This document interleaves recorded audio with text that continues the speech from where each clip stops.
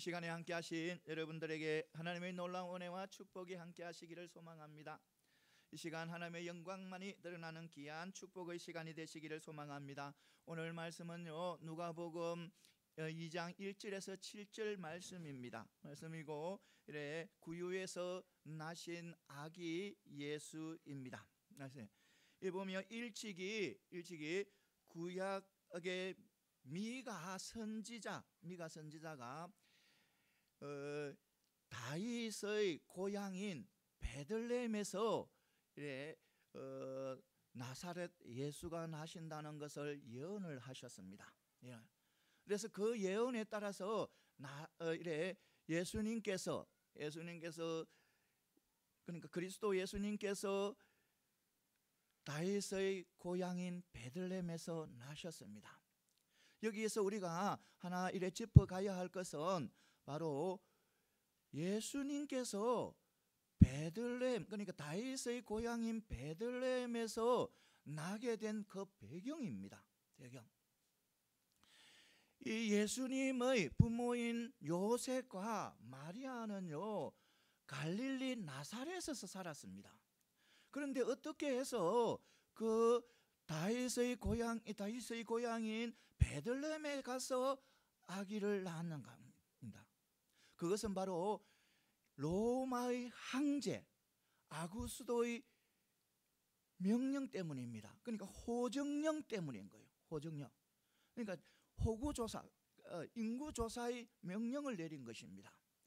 고대 시대는요, 황제들이 가끔 종종 식민지의 백성들의 그 세금을 바로 받기 위해서 호구 조사를 합니다. 그리고 또요, 이 백성들, 식민지 백성들을 효율적으로 다스리기 위해서 호구 조사를 합니다. 그래서 이 로마 황제 아구스도가 그 명령을 내린 것입니다. 그리고요, 이 인구 조사는 항상 본인이 고향에 가서 해야 된다는 겁니다. 누가 대신해서는 안 된다는 거예요. 꼭 자기 자신이 가서 해야 되는 거예요. 그래서 이 요셉과 마리아는 다윗의 자손으로서 다윗의 고향인 바로 베들레헴에 가서 호구조사를 해야 되는 것이었습니다. 그래서 베들레헴에서 내려갔습니다. 그때 이 마리아는 만삭이었습니다. 만삭이어서 거기서 아기를 낳게 됩니다. 그래서 거기에서 바로 미가의 선지자의 그 예언이 성취됩니다. 그런데 이 성취된 것은 우연의 일치가 아닙니다.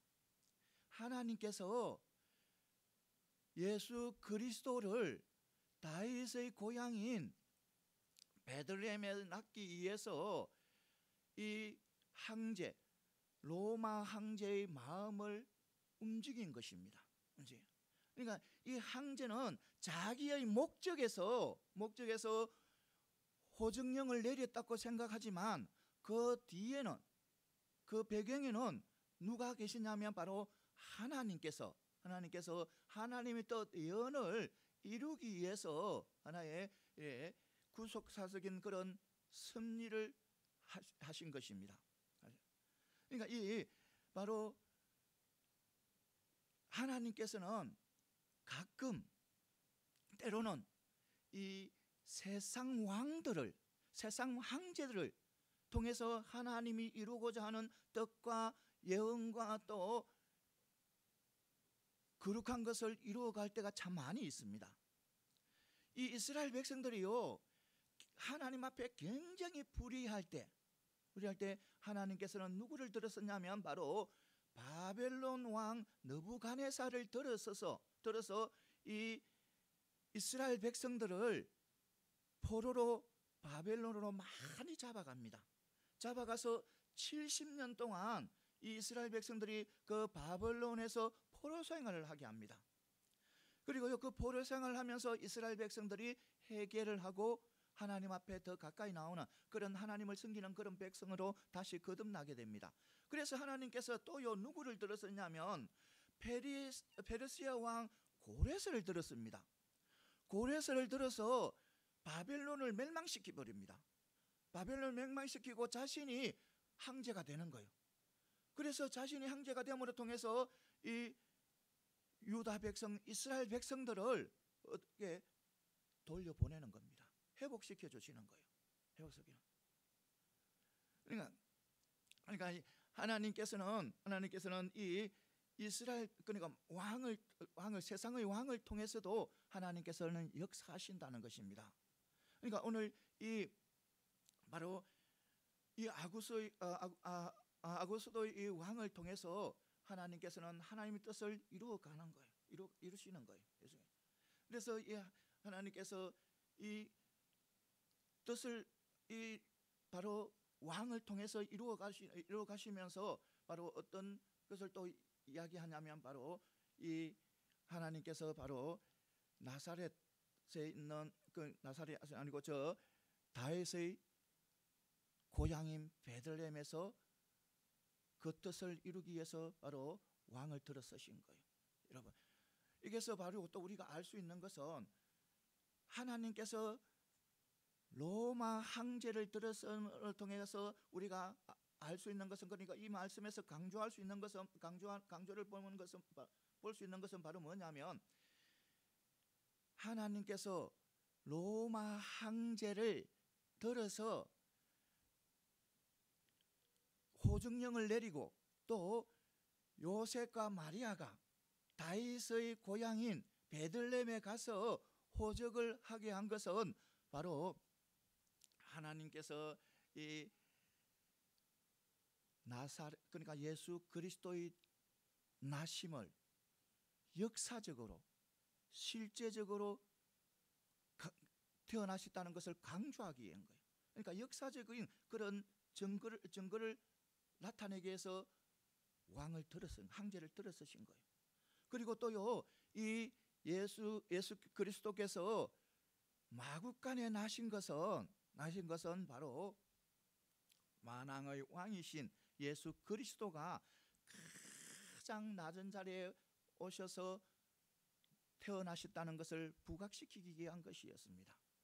그러니까 예수님께서는 가장 낮은 자리에서 태어나셨다는 거예요. 이것을 분명히 믿고 나가는 저와 여러분들이 다 되시기를 소망합니다. 그리고요, 한편으로는 이래 예수님께서 이래 동정녀 탄생과 성육신의 사건, 그 동정녀 탄생과 성육신의 사건은 바로 이 이사야 선지자의 예언, 처녀가 잉태하여 아들을 낳나, 이 예언을 성취하기 위해서 성자 하나님께서 직접 인간의 몸으로 오신 사건입니다. 그러니까 성자 하나님께서 인간의 몸으로 온 이 사건은 바로 하나님께서 인간을 죄에서 구원하기 위한 그런 유일한 방법이었습니다. 다른 방법이 없었습니다. 오직 성자 하나님을 육신을 입고 이 땅에 태어나게 하는 것. 그러니까 하나님께서 인간의 죄를 용서해 주기 위해서는 그 대속물이 필요했습니다. 대속물이. 그러니까 인간이면서 몸에 죄가 없는 사람, 그 사람 대속물이 필요한 거예요. 그런데 인간으로서 사람은 그런 사람이 없는 거예요. 왜냐하면 인간은 모두가 죄인인 거예요. 어느 누구도 한 사람 빠짐없이 태초에 그 아담과 하와가 죄를 지음으로 통해서 모든 백성, 모든 인간들이 다 죄인인 거예요. 그래서 몸에 죄가 없는 사람이 아무도 없는 거예요. 아무도. 그래서 하나님께서 바로 독생자 예수를, 성자 하나님을 인간의 몸으로 입혀 보내신 것입니다. 그러니까 이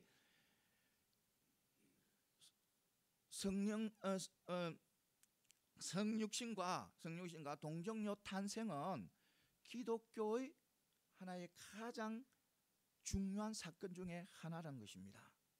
이것을 반드시 믿고 나가는 저와 여러분들이 다 되시기를 소망합니다. 오늘 말씀을 통해서 몇 가지 한번 짚어보겠습니다. 먼저 세상의 역사의 배후에는 하나님의 구속사적인 그런 섭리가 있다는 겁니다. 오늘 1절에서 3절에 보면 당시 로마 황제 아구스토가 호정령을 이래 내린 사실에 대해서 보도하고 있습니다.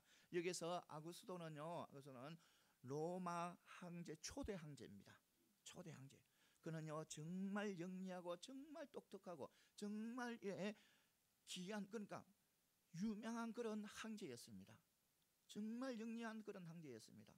그가요 그 황제 있을 동안에요 페르시아 전 지역하고 저 영국 땅까지 로마의 땅으로 편입을 시켜버렸습니다. 그만큼 힘 있는 그런 황제였습니다. 황제였어요. 그 황제가 바로 호정명령을 내린 것입니다. 호정명령. 바로 누가 내렸다? 로마 황제가 호정명령을. 그러니까 호정명령을 내렸으니까 호정령을 내렸는데 어느 누구가 거역할 사람이 아무도 없는 거예요. 모든 사람들이, 모든 백성들이 다 인구조사에 참여해야 된다는 거예요. 그래서 이 요셉과 마리아도 그 호정령에 따라 어디에 갔냐면 바로 다윗이 태어난 베들레헴으로 간 거예요. 베들레헴에 가서. 베들레헴은요 유다 지파의 하나의 본산지입니다. 본산지. 이것을 분명히 아시고 나가는 저와 여러분들이 다 되시기를 소망합니다. 그러나 여러분, 이 가이사의 아구스도의 이 명령 배후에는요, 하나님께서 예수님을, 그 예수 그리스도를 베들레헴에 태어나게 하도록 위한 그 섭리가 있었다는 것입니다. 그 섭리가. 그러니까 하나님께서는 미가 선지자가 예언한 그것을 이루기 위해서 섭리를 하셨다는 거예요. 그러니까 이 조금 전에도 이야기했듯이 하나님께서는 세상의 왕을 들었어도 하나님의 뜻을 이루어가는 거예요. 하나님께서 예언하시면 그 예언을 이루어 가신 거예요. 그러니까 이 아구스도 왕을 통해서 하나님께서는 미가 선지자의 예언한 것을 이루어가는 거예요.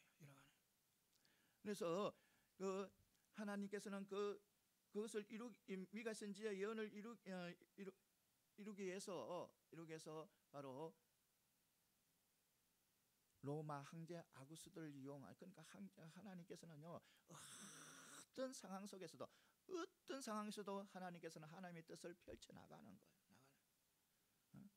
그러니까 좀 전에 이야기했듯이 느부갓네살 왕을 이용해서, 그 다음에 고레스 왕을 이용해서 하나님께서 그 자기 뜻을 이루어가듯이 하나님께서는 반드시 우리 하나님의 뜻을 이루어간다는 것을 분명히 믿고 나아가는 저와 여러분들이 다 되시기를 소망합니다. 여러분, 이 아구스도는요 바로 로마의 황제입니다. 그런데 우리 하나님은 천지창조, 그러니까 우주 만물을 다스리는 만왕의 왕, 그러니까 왕 중에 왕이세요. 그래서요 이 아구스도 왕, 로마 황제는요 자기도 모르는 사이에 하나님의 신복이 된 거예요. 신복이 되어서 바로 호정령을 내린 것입니다. 그러니까 하나님께서는요 세상의 역사 가운데서도 하나님께서는 바로 하나님 뜻을 이루어 가신다는, 그러니까 세상의 역사가 바로 세상의 역사 속에 하나님의 섭리가 이루어진다는 거예요. 이것을 분명히 믿고 나가는 저와 여러분들이 다 되시기를 소망합니다. 어떤 상황 속에서도 하나님은 하나님의 뜻을 이루어 간다는 것을 분명히 믿고 나가는 저와 여러분들이 다 되시기를 소망합니다. 그래서 우리는 세상의 역사 속에서 우리는 믿음의 백성들은 반드시 무엇을 찾아야 되냐면 하나님의 뜻을 찾고 하나님의 섭리를 찾을 수 있어야 된다는 거예요. 세상의 역사 속에서도 세상의 역사가 바로 하나님의 섭리 속에 움직여 나가잖아요. 세상의 역사가 하나님의 섭리 속에 움직여 나가기 때문에 우리 믿음의 백성들은 반드시 세상의 역사 속에서도 바로 하나님의 뜻을 찾고 하나님의 섭리를 찾아야 된다는 거예요. 그리고 찾고 나아갈 때 우리는 세상에서 흔들리지 않고 우리는 세상을 이겨나갈 수가 있는 것입니다. 다시 말하면 우리의 삶, 우리가 인생을 살아가잖아요. 우리의 삶을 펼쳐나가잖아요.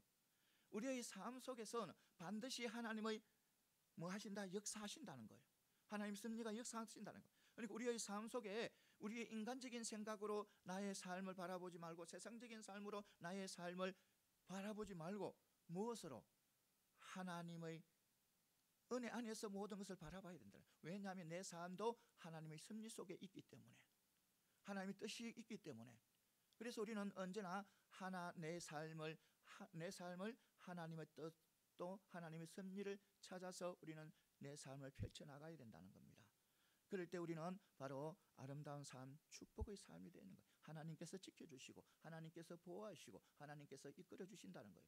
이것을 분명히 믿고 나가는 저와 여러분들이 다 되시기를 소망합니다. 그 다음에는 뭐냐면 그리스도는 영원한 다윗 왕국을 세우려고 오셨다는 거예요. 다윗의 왕국을 세우러 오신다. 그러니 4절 5절에 보면 요셉이 다윗의 후손인 것을 매우 강조하고 있습니다. 즉 요셉이 다윗의 자손인 거로 호적을 하기 위하여 정혼한 마리아와 함께 다윗의 동네 베들레헴으로 갔다는 것입니다. 여기서 바로 요셉을 다윗의 자손이라고 강조하는 것은 바로 예수님께서 성경의 예언대로 다윗의 고향인 바로 베들레헴에서 태어났다는 것을 강조하기 위한. 그러니까 예수님께서 어디에서 태어났다? 베들레헴. 누구의 고향? 다윗의 고향에서 태어나도록 강조하기 위해서 이렇게 바로 요셉이 다윗의 자손이라고 강조하고 있는 거예요. 예수님께서 다윗의 자손으로서 다윗의 왕국을 이래 다시 재건한다는 그런 의미가 있는 거예요. 그러니까 하나님께서는 이 다윗을, 그러니까 메시아를 보내주셔서, 그리스도를 보내주셔서 다윗 왕국을 회복하게 하신다는 거예요. 이것을 반드시 믿고 나가는 저와 여러분들이 다 되시기를 소망합니다. 우리 하나님께서는요 반드시 또 다윗 왕국을 세워 주신다는 것입니다. 그러니까 또 그래서 이 하나님께서는 이 바로 다윗 왕국을 세우기 위해서 이래 바로 예수님을 어디에 다윗의 고향에 이래서 태어나도록 그렇게 한 것입니다. 그래서 또 이 다윗의 왕국은 바로 이 메시아 예언하고 항상 관계가 있습니다. 다윗의 이 왕국은 항상 이래 메시아를 예언하고 메시아를 어떤 이야기를 하면요 다윗 왕국을 다 연관시킵니다. 이 다윗 왕국은요 바로 솔로몬을 거쳐서 불의함으로 통해서 둘로 나누어집니다. 다윗 왕국이 북이스라엘하고 남유다로 나누어지는 거예요. 그런데 이 하나님께서 나누었던 징계로 나누었지만 이 둘 다 계속해서 하나님 앞에 불의합니다. 하나님 앞에 돌아오지 않는 거예요. 돌아오지 않고 계속 불의하는 거예요. 그래서 결국 이 북에서는 아수르 왕 사네림에게 망해버리고, 그러니까 BC 722년에 아수르 왕 사네림에게 망해버리고, 또 이 남유다는 바벨론 느부갓네살 왕에게 BC 586년에 망해버립니다. 여러분, 그런데요 다윗 왕국이요 이 불의하게 해서 둘로 나누기 전에는 이 다윗 왕국은 어떤 나라와 어떤 대적과 싸워도 승리를 한 겁니다. 그러니까 항상 승리한 그런 왕국입니다. 패한 적이 없는 거예요. 그래서 이 다윗 왕국은 또요 하나님의 공의와 사랑으로 다스려진 거예요. 다스려지고. 그리고 근동 지방에서 어느 나라도 어느 세력도 넘보지 못한 그런 영광의 왕국이었습니다. 그래서 이스라엘 백성들은요 이 다윗의 왕국을 늘 그리워하고 또 세워지기를 늘 바란 거예요. 다시 세워지기를 늘 바란 거예요. 그래서 하나님께서 이래 메시아를 보내면 다윗의 후손으로 태어나게 해서 다윗 왕국을 세우고 영원케 하겠다는 그런 약속을 하셨습니다. 하나님께서. 그러니까 다윗 왕국을 이래 세워주시겠다는 그런 약속을 하신 것입니다. 그런데요 하나님께서 왜 그리스도가 통치하는 이 왕국 메시아 왕국을 다윗의 왕국이라 했는 겁니다. 메시아의 왕국 그리스도가 통치하는 이 왕국을 왜 다윗의 왕국이라 했냐는 거예요. 그것은요 다윗의 신앙과 다윗의 공로 때문인 거예요. 다윗은요 사랑의 군주였습니다. 다윗은요 용맹스러운 그런 용사였습니다. 다윗은요 하나님의 공의로 나라를 다스렸습니다. 다윗은요 또 하나님 앞에 늘 온유하고 또 경건하고 겸손한 사람이었습니다. 그래서 하나님께서는요 다윗을 하나님 마음에 합한 자라고 말씀하셨어요. 하나님 앞에 합한 자라는 거예요. 그리고 다윗은요 또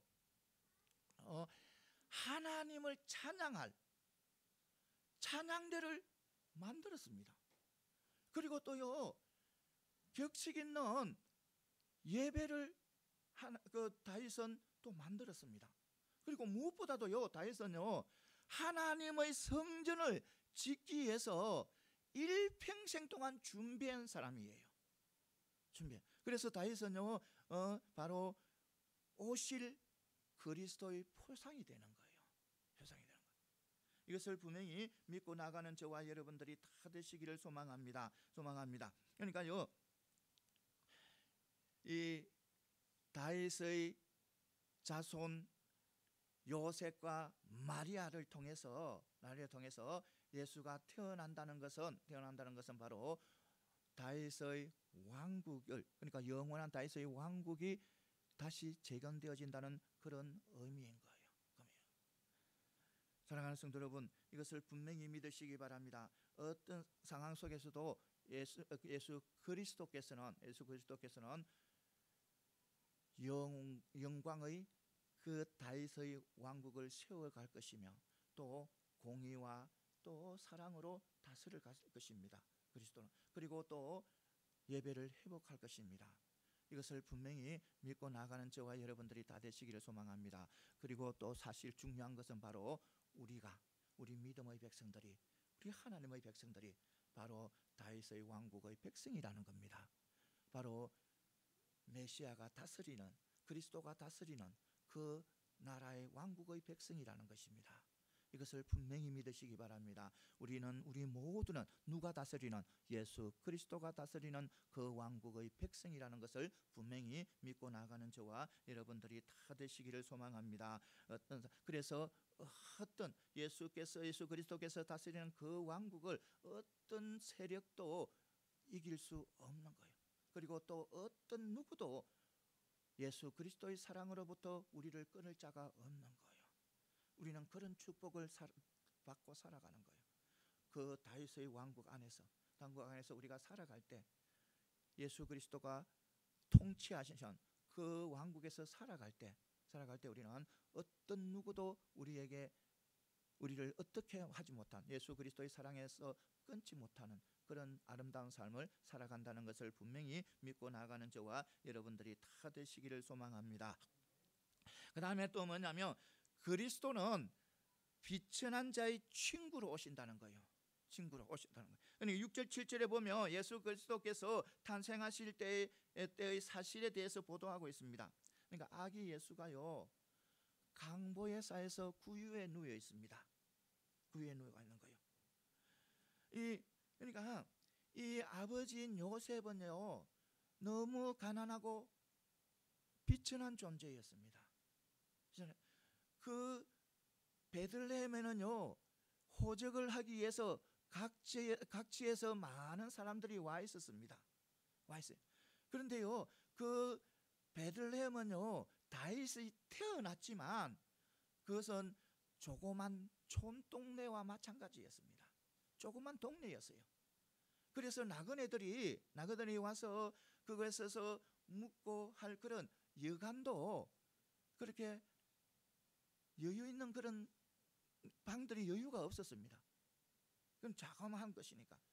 몇 개 있는 그 여관 방들은 돈 많고 부유하고 힘 있는 사람들이 다 차지해 버렸어요.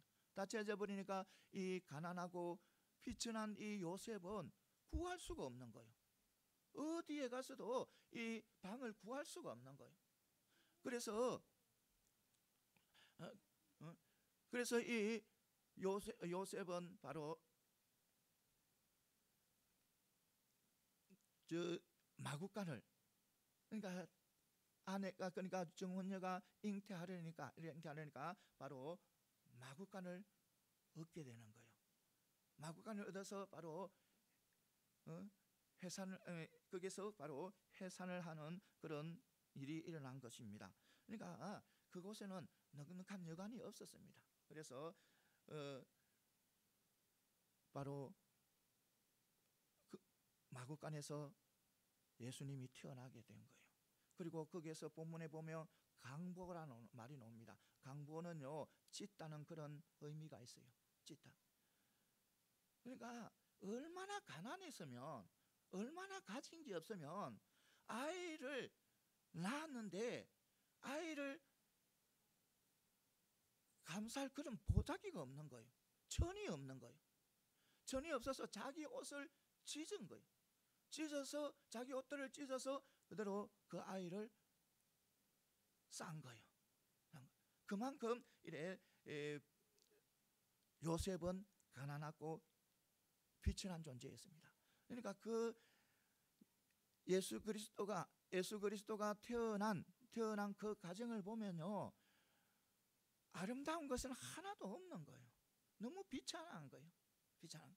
그러니까 로마 황제가 궁에서 누리는 그 황제와 비교해서는요 엄청난 차이가 있는 거예요. 엄청난 그 차이. 상상도 못할 차이가 있는 거예요. 상상도 못할 차이.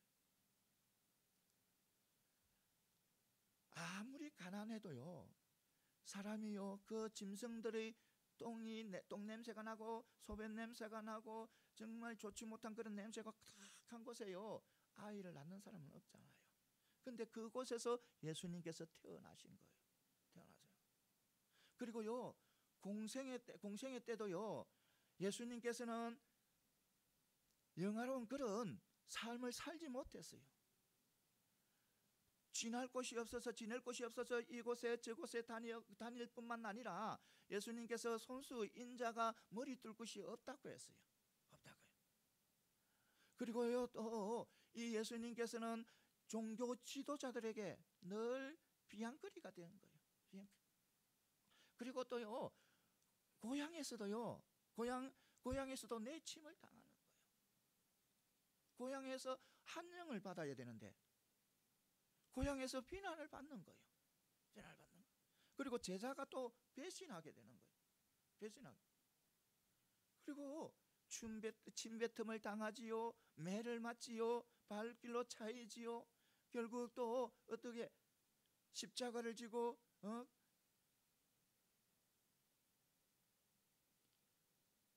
십자가를 지고 또 십자가 위에서 죽임을 당하지요. 그만큼 비참한 삶, 그만큼 어려운 삶을 살아간 거예요. 그러니까 이 예수 그리스도가 탄생한데 메시아로 탄생했는데 영광스러운 그런 모습은 하나도 안 보이는 거예요. 그런데요, 정말 중요한 것이 있습니다. 예수님께서 그런 영광스러운 것이, 아름다운 것이 하나 안 보이는 그것은요, 바로 가장, 그러니까 낮은 자리에 있는 사람도 어느 누구도 친구로 삼기 위해서, 또 중보자로 서기 위해서 그런 거예요. 그러니까 가장 낮은 자리에서 태어났기 때문에 가장 낮은 자리의 사람과 친구가 될 수 있는 거예요. 여러분, 이런 일이 있었다는 거예요. 어떤 일이 있었냐면 조선시대 때 이래 가뭄이 들었습니다. 그 가뭄이 계속 되는 거예요. 그래서 어려운 백성들은요, 처음에는 이래 가뭄을 이겨내려고 애를 썼지만 계속 되다 보니까 양식이 다 떨어지는 거예요. 먹을 것이 없는 거예요. 그래서 한 사람 한 사람 이렇게 굶어서 죽어가는 거예요.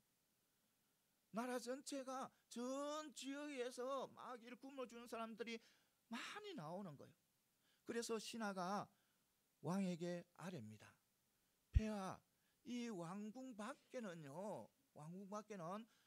가뭄이 들어서 폐하의 백성들이 많이 굶어 죽어가고 있습니다. 폐하, 은혜를 베푸고 사랑을 덕을 베푸십시오. 이 나라의 곳간을 여셔서 폐하의 백성들을 살리십시오. 이렇게 아뢰입니다, 신하들이. 그런데요, 왕의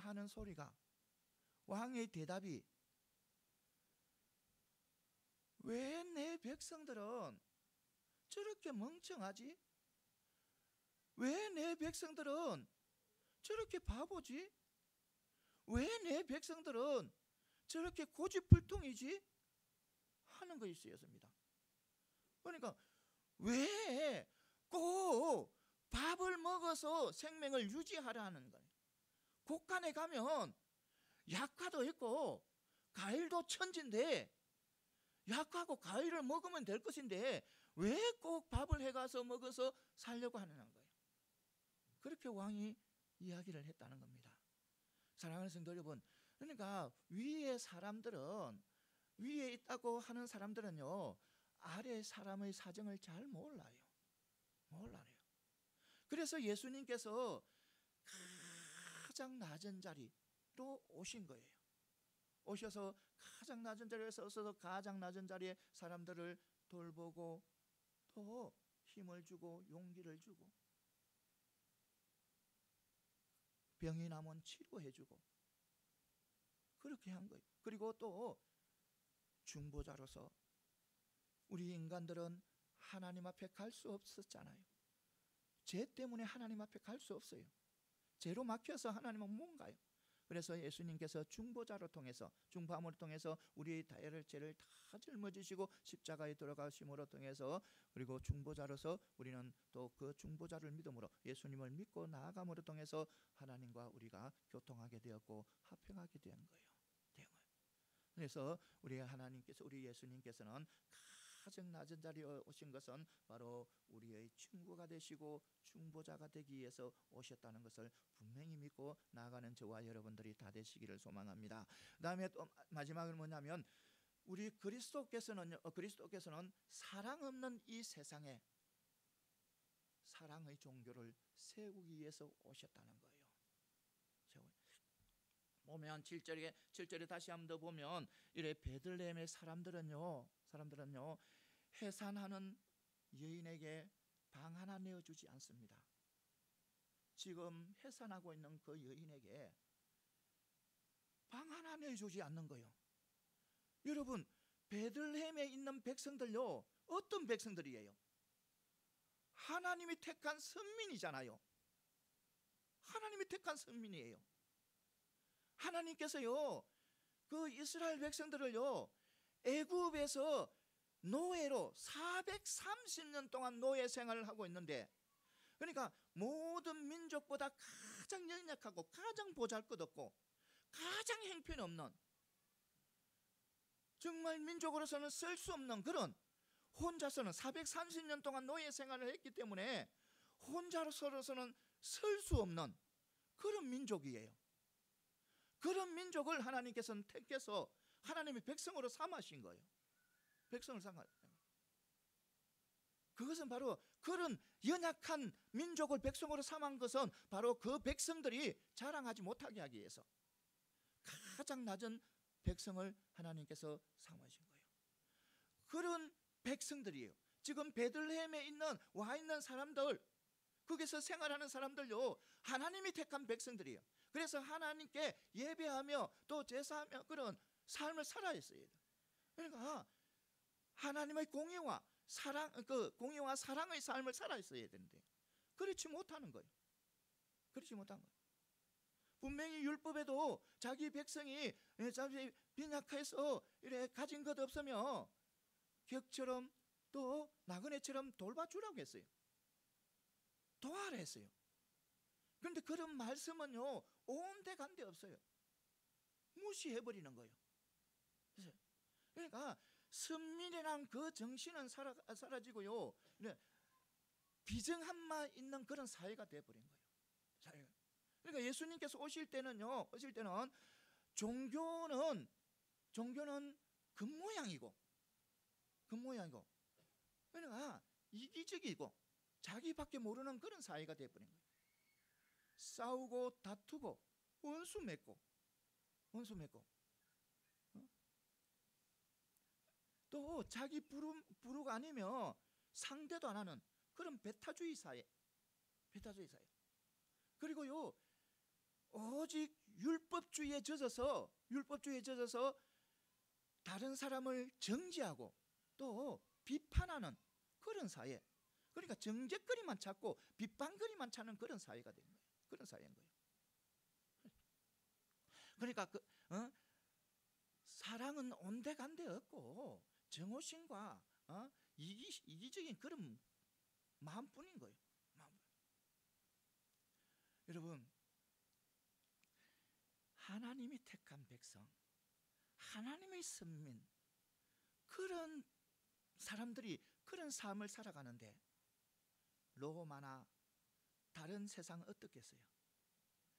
완전히 사단의 노예가 돼서 죄와 불의를 행하는 그런 세상이었습니다.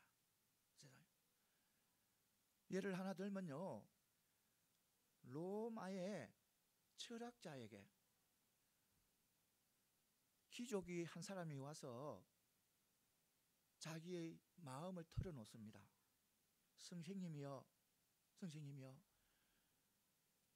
요즘 제가요, 우리 집에 있는 종들, 노예들이 애처롭게 보이고 마음이 아픈데 어떻게 해야 됩니까?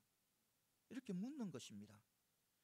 그런데요, 그 철학자는 바른 길로 인도해야 되는데, 올바른 길로, 인간다운 길로 인도해야 되는데 어떤 이야기를 하냐면, 그런 쓸데없는 생각하지 말고 목욕탕에 가서 목욕하고 즐기라는 거예요. 여러분요, 로마 시대 때는요, 목욕탕의 문화가 굉장히 형성되어 있었습니다.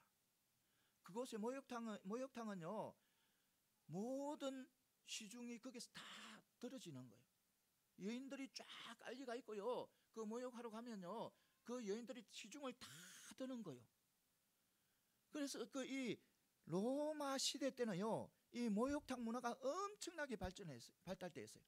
그래서 로마가 망한 이유도, 부패하고 망한 이유도 그 한 가지가 바로 이 목욕탕 문화의 발달이에요.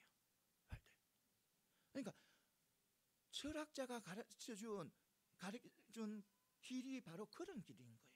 그만큼 사회가 부패하고 불의한 그런 사회가 된 거예요. 그런 사회에 예수님께서 오신 거예요. 예수님께서 가장 낮은 자리에 오신 거예요. 그래서 예수님께서요, 백성들에게, 사람들에게 하나님의 사랑을 가르치고 이웃의 사랑을 가르치는 거예요. 그리고 사랑의 계명을 가르치는 거예요. 그리고 또 죄를 용서해 준 거예요. 그리고 또 십자가의 대속물로 자신의 몸을 드리는 거예요.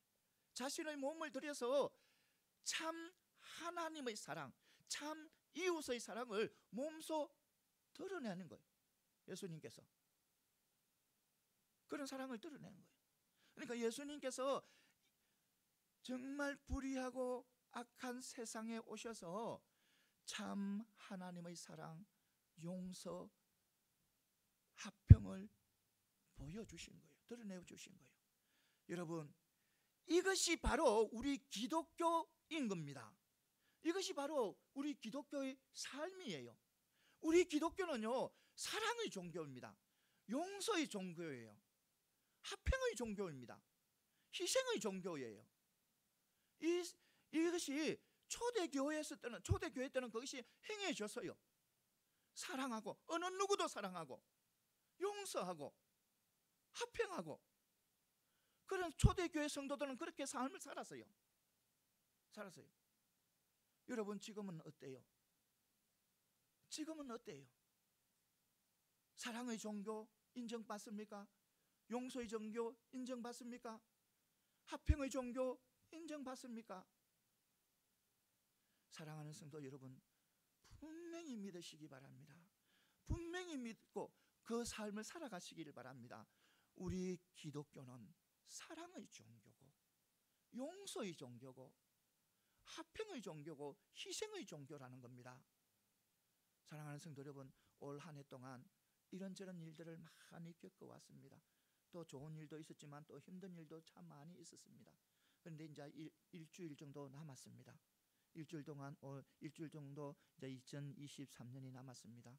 이 남은 이 날 동안 앞에 모든 것을 사랑으로, 용서로, 또 희생으로, 또 화평으로 잘 마무리하시고 내년 한 해도 하나님의 사랑과 은혜 속에서 활짝 2024년을 열어가는 저와 여러분들이 다 되시기를 소망합니다. 예, 기도드리겠습니다.